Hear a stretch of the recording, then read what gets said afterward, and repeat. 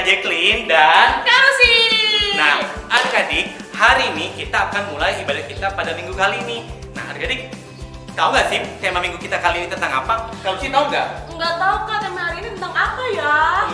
Kak Jacqueline kasih tahu nggak ya? Kasih tahu dong Kak. Adik-adik dikasih tahu kan nih Kak Lucy? Kasih tahu dong, mereka penasaran di rumah. Nah, adik-adik yang di rumah, tema minggu kita kali ini adalah tentang mengendalikan diri. Nah, Kak Lucy, tahu nggak sih tentang mengendalikan diri itu kayak gimana? Mengendalikan diri itu gimana ya Kak? Daripada penasaran, yuk adik-adik kita mulai ibadahnya. Yuk. Shalom adik-adik. Shalom. Sekali lagi ya, shalom adik-adik. Shalom. Hari ini kita mau sama-sama memuji dan memuliakan nama Tuhan. Adik-adik yang ada di rumah harus tetap semangat ya dan jaga kesehatan. Yuk kita memulai ibadah kita. Kita memasuki hadirat Tuhan. Kita mau katakan terima kasih Tuhan. Terima kasih Yesus untuk penyertaan sepanjang minggu ini Bapa. Kami percaya Tuhan, Kau selalu menyertai kami ya Bapa. Terima kasih Tuhan untuk kasih setiamu yang ku alami dalam hidupku. Terima kasih Yesus untuk kebaikan-Mu sepanjang hidupku. Terima kasih Yesusku buat anugerah yang Kau beri, sebab hari ini Tuhan adakan syukur bagimu. Kita angkat pujian ini dari awal, semuanya lebih sungguh-sungguh lagi. Kita mau katakan terima kasih Tuhan. Terima kasih Tuhan untuk kasih setiamu yang ku alami dalam hidupku. Terima kasih Yesus untuk kebaikan-Mu sepanjang hidupku. Terima kasih Tuhan. Terima kasih Yesus.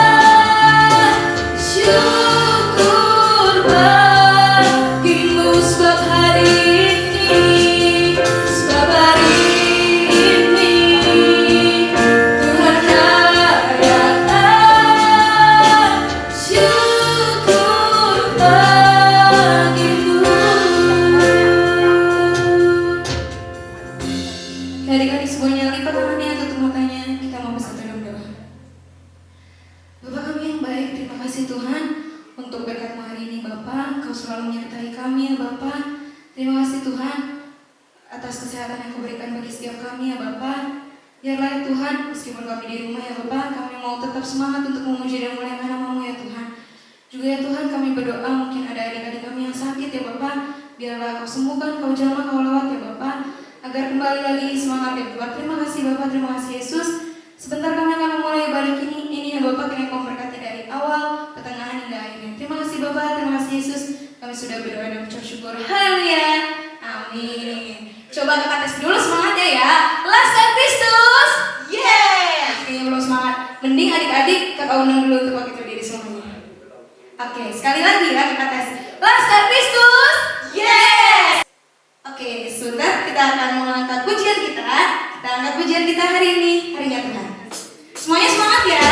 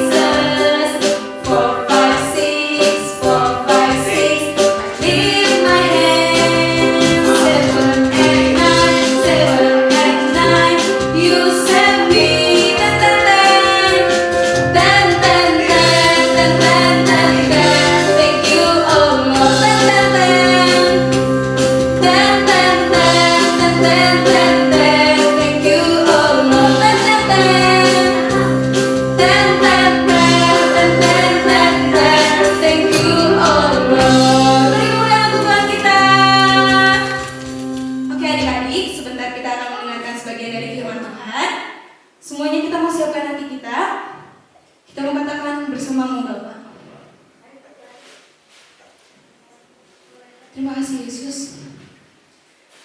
Kami mau mendengarkan sebagian dari firman-Mu Tuhan. Ajar kami ya Tuhan untuk duduk diam ya Bapa dengan dengar anak Engkau. Terima kasih Bapa.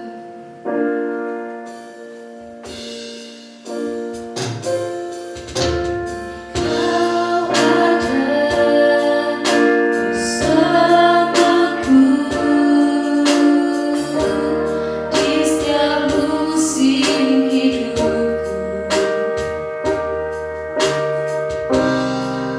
Pernah kau biarkan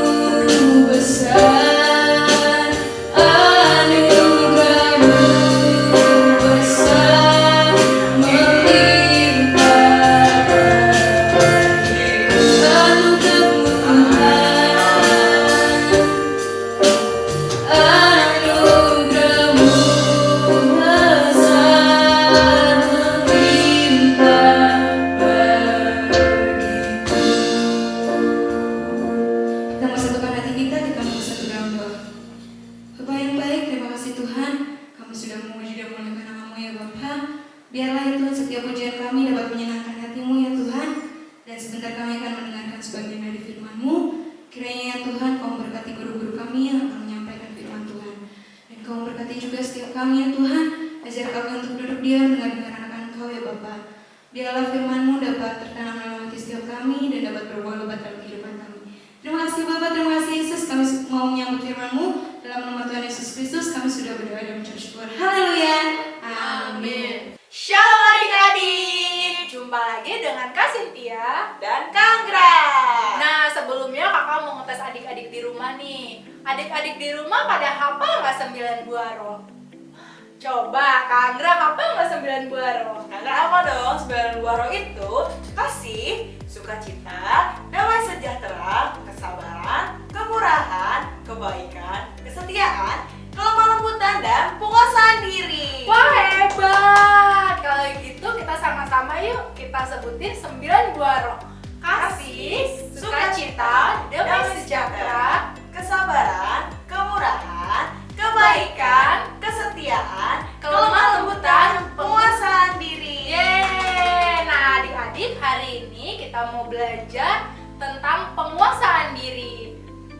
Penguasaan diri itu apa sih, Kak? Nah, penguasaan diri itu apa sih? Penguasaan diri itu adalah cara kita untuk menahan diri kita dari tindakan-tindakan yang tidak menyenangkan hati Tuhan, adik-adik. Nah, kakak mau kenalin adik-adik nih sama teman kakak.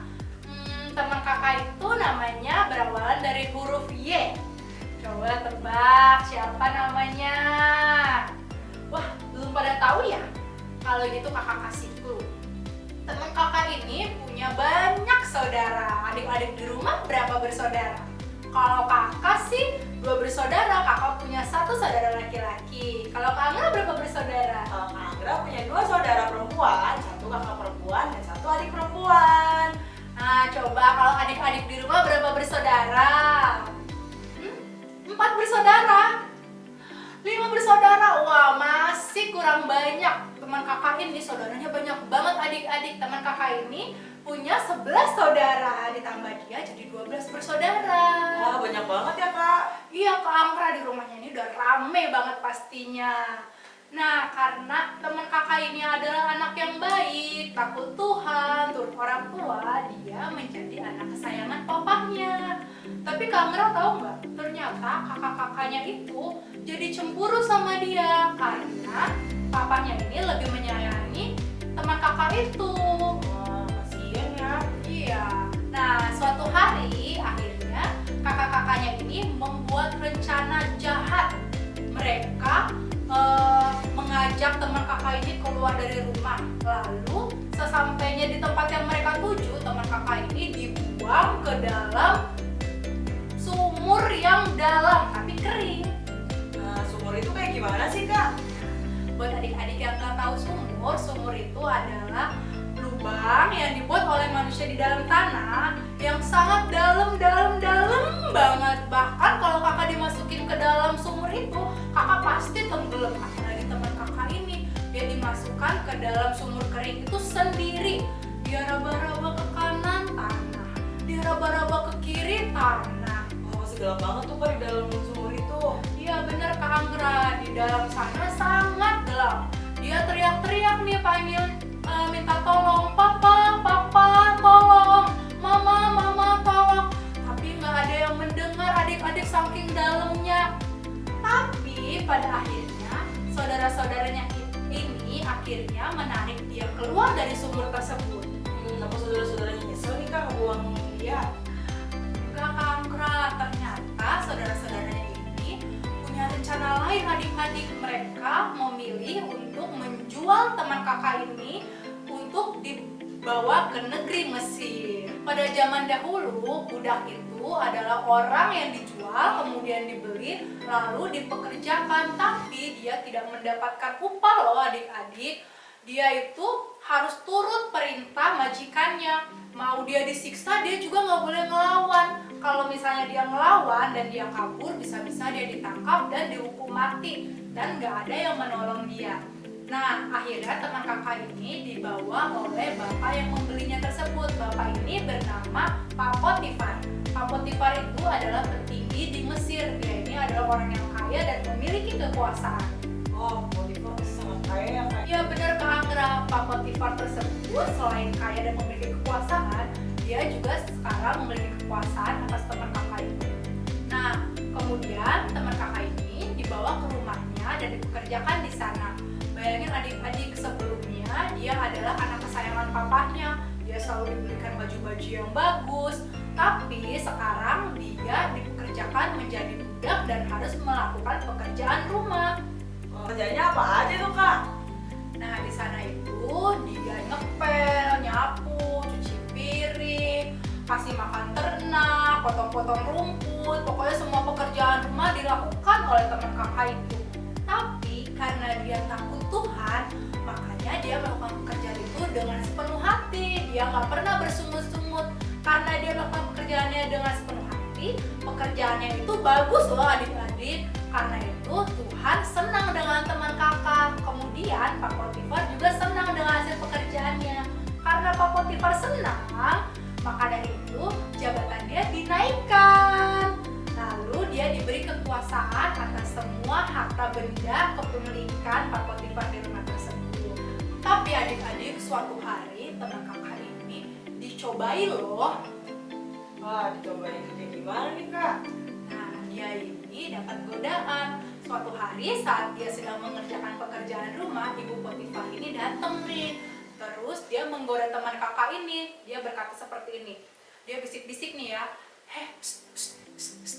Sini. Udah nggak usah kerja, kamu mending main sama aku. Tapi karena teman kakak ini adalah anak yang takut akan Tuhan, dia berkata begini. Maaf Nyonya, tidak, saya tidak mau, saya harus bekerja, saya tidak mungkin melakukan perbuatan yang tidak berkenan di hadapan Tuhan dan akan menyakiti hati Tuhan saya. Terus Ibu Potifar ini nggak nyerah, dia tetap menggoda. Gak apa-apa, udah sini aja, kamu main sama aku, sini, tetap diajakin nih adik-adik, tetap digoda. Tapi teman kakak ini dengan lantang dan tanpa pikir panjang, dia say no. Dia menolak dan dia tidak tergoda oleh Ibu Potifar. Nah, adik-adik di rumah pasti udah bisa tebak nama teman kakak itu siapa? Siapa coba? Nah, iya benar, nama teman kakak itu adalah Yusuf. Yusuf adalah anak yang takut akan Tuhan dan dia bisa menahan diri dari segala godaan. Tapi Kak, adik-adik di rumah kan masih kecil nih, bentuk godaannya apa sih? Jangan salah Kak Anggra, adik-adik di rumah juga pasti pernah dapat godaan. Contohnya nih, kalau mau ujian, misalnya nih ya, besok ujian. Terus malam ini ada film yang lagi tayang nih seru. Pasti kadang suka timbul kan kayak yang rasa, males, ntar aja belajarnya. Mending nonton film dulu, ntar kan selesai nonton film bisa belajar. Lagian kalau besok nggak bisa nyontek. Lagian kan mama, papa, sama guru nggak tahu, yang penting nilai aku bagus. Nah, adik-adik jangan salah. Walaupun mama, papa, dan guru nggak tahu, tapi Tuhan Yesus tahu loh. Nah, Kak Cynthia, kakak jadi ingat nih lagu yang kayak gini kata-katanya. Karena Bapa di surga melihat ke bawah, hati-hati gunakan matamu, ting ting. Ya adik-adik, walaupun orang lain gak ada yang tahu, tapi Tuhan Yesus tahu apa yang ada di hati kita dan apa yang kita lakukan. Makanya adik-adik harus bisa tahan dari godaan untuk tidak menyontek. Gimana Kak caranya biar adik-adik di rumah nggak tergoda buat nyontek? Nah, biar nggak tergoda buat nyontek, adik-adik di rumah bisa belajar dari hari-hari sebelumnya. Kalau misalnya nih, ada film yang lagi seru, adik-adik harus bisa berkata, say no. Nanti dulu ya film, aku mau belajar dulu. Nanti selesai belajar, aku nonton. Terus tiba-tiba ada temen nih yang ngajak mabar, yuk mabar. Sekarang kan lagi zamannya game online nih, pasti ada yang ngajakin mabar. Nah, kalian harus bisa berkata, say no. Nanti dulu ya, aku mau ngerjain tugas dulu. Nanti setelah itu aku baru main game. Terus ada temen nih yang manggil, main yuk, ngajak main. Adik-adik juga harus bisa berkata say no.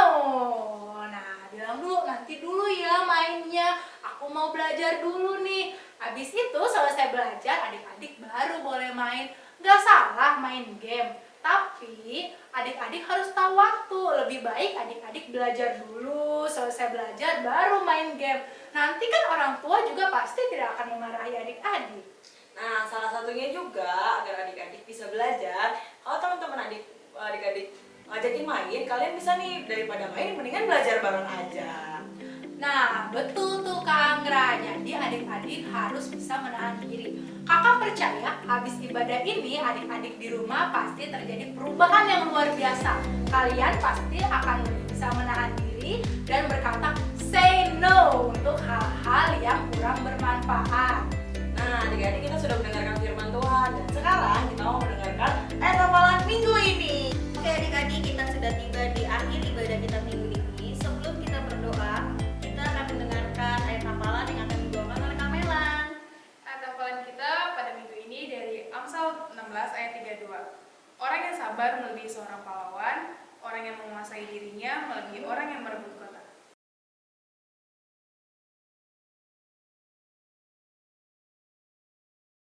Mari kita bersatu di dalam doa. Bapa dalam surga, hari ini Tuhan kami bersyukur oleh karena kasih karunia Tuhan dalam hidup kami. Kami boleh diberikan kesempatan, kesehatan sampai dengan hari ini. Bapa, kami berdoa menyerahkan untuk setiap anak-anak kami dalam segala keadaan, dalam segala situasi hari ini Tuhan. Biarlah Engkau boleh memberkati mereka. Engkau yang menolong mereka semua ya Bapa. Mungkin di antara mereka juga Tuhan ada yang sedang sakit. Engkau juga boleh memulihkan dan menyembuhkan mereka ya Tuhan. Kami berdoa menyerahkan untuk setiap orang tua Bapa yang boleh membimbing mereka. Tuhan juga memberkati kehidupan mereka hari lepas hari Bapa. Dalam situasi sulit ini Tuhan, biarlah mereka tetap belajar mengandalkan Tuhan dalam segala keadaan. Bapa, kami juga berdoa menyerahkan bangsa dan negara kami ya Tuhan. Biarlah Engkau yang memulihkan Bapa, Engkau yang menyembuhkan Tuhan. Bahkan hikmat Tuhan ada bagi memimpin bangsa kami ini Bapa. Biarlah ia boleh mengambil langkah-langkah yang baik Tuhan untuk membangkitkan bangsa kami ini kembali dari keterpurukan. Terima kasih ya Bapa, kami mengakhiri setiap ibadah kami hari ini. Biarlah setiap hal yang kami dengar, setiap firman yang disampaikan boleh memberkati kehidupan kami. Akhir dari segalanya ya Tuhan, biarlah Engkau boleh memberkati kehidupan kami semua. Di dalam nama Tuhan Yesus kami berdoa dan mengucap syukur. Amin. Nah, adik-adik, gimana ibadah hari ini? Pasti seru sekali dong Kak. Nah, pasti seru adik-adik. Nah, kalau sih, tau gak sih tentang cara mengendalikan diri itu kayak gimana? Wah, contoh mengendalikan diri seperti apa Kak? Nah, cara mengendalikan diri itu, contohnya gini adik-adik. Kalau kita sedang marah-marah, kita bisa menahan emosi kita kalau sih. Wah, seperti itu Kak. Wah, adik-adik yang di rumah kita harus mengendalikan diri yang tidak marah-marah kepada orang tua, kakak, adik dan teman-teman. Nah, betul sekali adik-adik. Nah, adik-adik, minggu depan kita akan kembali lagi untuk ibadah online bersama kakak-kakak di tempat ini. Nah, untuk itu, jangan lupa untuk subscribe, Like, and share agar menjadi berkat untuk Untuk semua semua orang. orang. Happy Sunday and God bless you. Dadah.